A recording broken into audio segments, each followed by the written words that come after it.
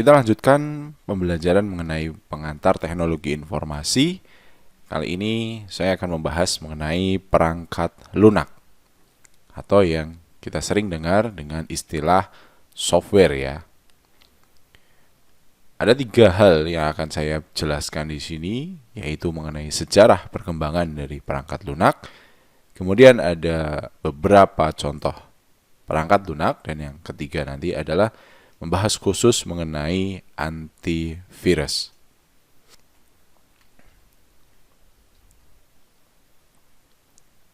Sebuah komputer memproses data menjadi suatu informasi yang berguna bagi penggunanya.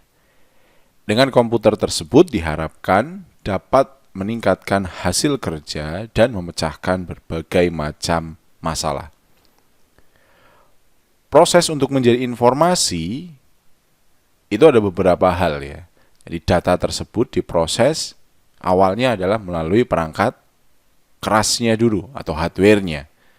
Dan alatnya atau medianya yaitu menggunakan perangkat lunak atau software. Secara hierarki informasi, sebuah data itu diolah terlebih dahulu sehingga mendapatkan suatu informasi dan nantinya menjadi suatu pengetahuan. Nah, proses pengolahan data inilah yang betul-betul menggunakan perangkat lunak. Jadi pada dasarnya di dalam suatu teori, hierarki informasi disusun mulai dari pengumpulan data atau fakta, lalu terjadi pengolahan dan pengurutan data sesuai dengan proses seleksinya, sampai menjadi sesuatu yang berguna berupa informasi, dan informasi yang disusun tersebut dengan alur logika tertentu akan menjadi suatu pengetahuan. Perangkat lunak atau software itu merupakan suatu program yang dibuat oleh pembuat program untuk menjalankan perangkat keras komputer. Perangkat lunak merupakan program yang berisi kumpulan instruksi untuk melakukan proses pengolahan data. Perangkat lunak atau software ini sendiri adalah menjadi penghubung antar manusia sebagai user atau pengguna dengan perangkat keras komputer. Dan fungsinya adalah menerjemahkan bahasa manusia ke dalam bahasa mesin, sehingga perangkat keras komputer memahami keinginan dari usernya dan menjalankan instruksi yang diberikan dan selanjutnya memberikan hasil yang diinginkan oleh manusia tersebut. Jadi poinnya yaitu pada software itu adalah sebagai penerjemah. Ya, penerjemah antara user dan hardware-nya. Ketika user misalkan dalam sebuah komputer, user ingin mengeluarkan output berupa print kertas dengan ada tulisan di situ. Maka hardware yang kita gunakan ada komputer, ada printer misalkan ya. Dan untuk menghubungkan antara keinginan user, keinginan saya dengan outputnya nanti diperlukan suatu software. Nah, software itulah yang menjadi penghubungnya.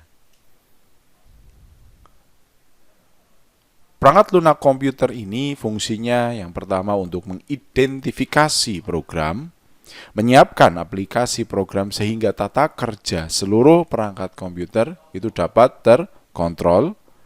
Dan yang ketiga adalah mengatur dan membuat pekerjaan lebih efisien.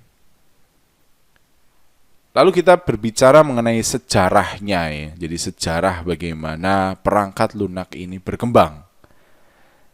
Era yang pertama adalah era pemula, yaitu pionir. Nah, ini sebagai pionirnya. Jadi bentuk perangkat lunak pada awalnya adalah sambungan kabel. Nah, jadi bisa dibayangkan, perangkat lunak itu awalnya adalah sambungan kabel ke antar bagian dalam komputer. Jadi pada zaman dahulu itu cara mengakses komputernya adalah menggunakan yang namanya punch card, yaitu kartu-kartu yang dilubangi. Nah, mungkin pada video-video sebelumnya kalian sudah mengetahui bagaimana ya bentuk dari punch card ya.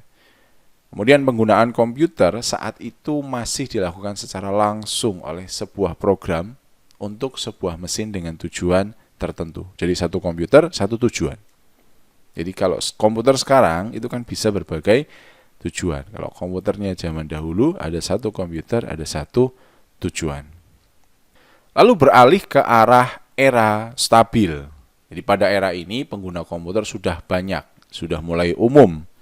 Tidak hanya digunakan oleh kalangan peneliti dan akademisi saja, akan tetapi sudah mulai merambah ke dunia perusahaan. Perangkat lunak mulai bergeser menjadi sebuah produk sekarang ya, karena sudah mulai komersil. Baris-baris perintah pada perangkat lunak itu yang dijalankan oleh komputer itu tidak lagi satu-satu, tapi sudah kayak semacam paket ya, sudah paket. Jadi istilahnya adalah multitasking. Sebuah perangkat lunak mampu menyelesaikan banyak secara cepat dan langsung. Dan itu sudah mulai diperjualbelikan.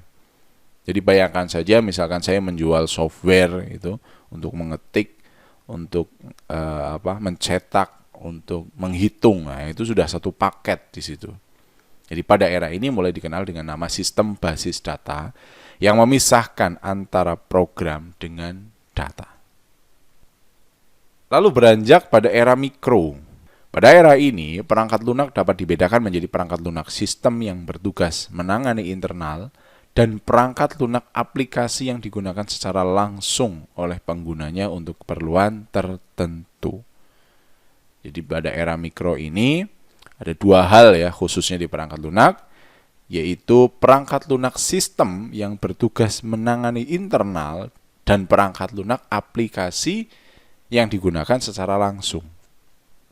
Proses otomatisasi atau peralatan secara otomatis yang ada di dalam suatu perangkat lunak mengarah ke suatu jenis kecerdasan buatan.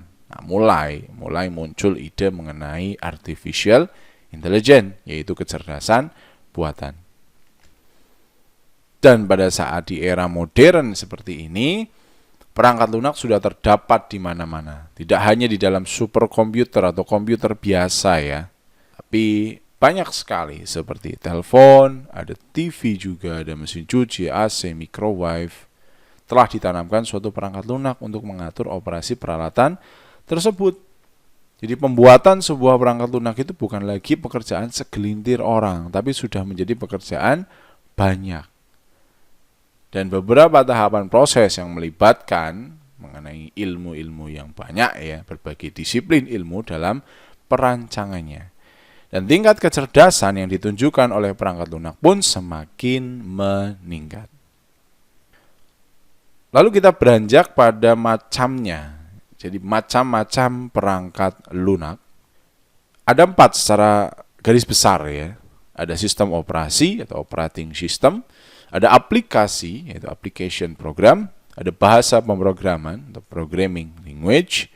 Dan ada program bantu atau yang dinamakan sebagai utility. Kita masuk ke SO dulu ya, ada sistem informasi. Atau istilah yang sering kita kenal adalah OS. Sistem operasi yaitu program yang berfungsi untuk mengendalikan sistem kerja yang mendasar sehingga mengatur kerja media input, output, tabel pengkodean, memori, penjadwalan, prosesor, dan lain sebagainya. Sistem operasi ya berfungsi sebagai penghubung antara manusia dengan perangkat keras dan perangkat lunak yang akan digunakan. Fungsi utamanya, yang pertama adalah menyimpan program dan aksesnya, membagi tugas di dalam CPU, mengalokasikan tugas-tugas penting, merekam sumber data, mengatur memori, memeriksa kesalahan, ada multitaskingnya, ada memelihara keamanan sistem. Nah, kalau misalkan kalian melihat seperti ini mungkin sudah paham. Ini yang dinamakan sebagai OS ya. Ada 4 hal ya secara umum. Ada disk operating system atau yang kita kenal sebagai DOS ya. Kemudian ada Microsoft Windows, kemudian ada Linux dan ada Unix. Nah, ini contohnya ada Mac OS ya, ada Android. Kalau misalkan di handphone ada Andromeda, ada Android Chrome Release 2017. Jadi bayangannya gini, ketika kalian membeli sebuah perangkat ya, perangkat elektronik, entah itu komputer, HP dan lain sebagainya, Itu kalau misalkan tidak ada OS-nya, maka perangkat itu hanya sebagai perangkat saja dan belum bisa menyelesaikan beberapa permasalahan atau kegunaannya. Tetapi apabila sudah diinstal istilahnya ya, sudah diberikan OS, sistem operasinya, maka komputer itu bisa kita gunakan. Misalkan kalau kalian lihat pada laptop kalian, OS-nya apa? Oh, ada yang Windows 10, ada yang Windows 7 misalkan. Nah, itu adalah OS. Dan OS ini fungsinya sebagai apa? Sebagai rumah. Sebagai rumahnya dulu. Dan nanti perkara ada Office, ada CorelDRAW, ada Photoshop dan lain sebagainya, itu hanya perlengkapan-perlengkapannya saja. Tapi yang jelas rumahnya dulu juga harus ada. Nah, itulah gambaran dari sistem operasi. Lalu selanjutnya, ya, software selanjutnya yang dikategorikan sebagai software adalah program application. Jadi program aplikasi adalah perangkat lunak yang dirancang khusus untuk kebutuhan tertentu. Ya, hanya tertentu saja. Contoh, ada program pengolah kata, mengelola lembar kerja, program presentasi, desain grafis, dan lain-lain. Ya, contoh program pengolah kata adalah Microsoft Word, mengelola lembar kerja namanya Microsoft Excel, program presentasi namanya Microsoft PowerPoint, desain grafis, ada kan? Ada dan lain-lain. Nah, yang ketiga ada yang dinamakan sebagai bahasa pemrograman atau programming language. Jadi program lunak bahasa, yaitu program yang digunakan untuk menerjemahkan instruksi-instruksi yang ditulis ke dalam bahasa pemrograman ke bahasa mesin dengan aturan atau prosedur tertentu agar diterima oleh komputer. Ada 3 level di dalam bahasa pemrograman: bahasa tingkat rendah, bahasa tingkat tinggi, dan bahasa generasi keempat. Jadi bahasa tingkat rendah atau low level language ini disebut sebagai bahasa mesin ya, bahasa mesin assembler, atau dalam bayangan kita bahasa mesin itu seperti saklar. Saklar itu ketika 1 itu on, ketika 0 itu off. Nah, jadi itu bayangan dari bahasa mesin. Jadi kalau saya mau melakukan program apa misalkan ya, maka mesin A1, mesin 2 0, misalkan mesin 3 1, mesin 4 1 dan lain sebagainya. Jadi kalau dibayangkan itu kayak kalian mengatur saklar-saklar saja. Itu yang dinamakan bahasa tingkat rendah. Sedangkan bahasa tingkat tinggi adalah bahasa yang termasuk mudah dipelajari oleh pengguna komputer karena menggunakan bahasa Inggris. Ya, ini banyak nih, ada Basic, ada COBOL, ada Pascal, ada Fortran. Nah, ini nanti akan kita pelajari pada perkuliahan algoritma ya. Lalu ada bahasa generasi keempat atau 4GL. Jadi Fourth Generation Language. Merupakan bahasa yang berorientasi pada objek. Oke, jadi bedanya kalau high level language itu belum pada objek. Kalau misalkan pada 4GL ini sudah object oriented programming. Contoh software ini adalah Visual Basic, Delphi, Visual C++. Lalu yang terakhir yaitu yang keempat itu dinamakan sebagai utility atau program bantu. Merupakan perangkat lunak yang berfungsi sebagai aplikasi pembantu dalam kegiatan yang ada hubungannya dengan komputer. Contohnya apa? Misalkan memformat disket, mengopi data, mengkompres file, dan lain sebagainya. Jadi ini hanya proses utility saja ya, program bantu. Tidak pakai ini juga tidak apa-apa.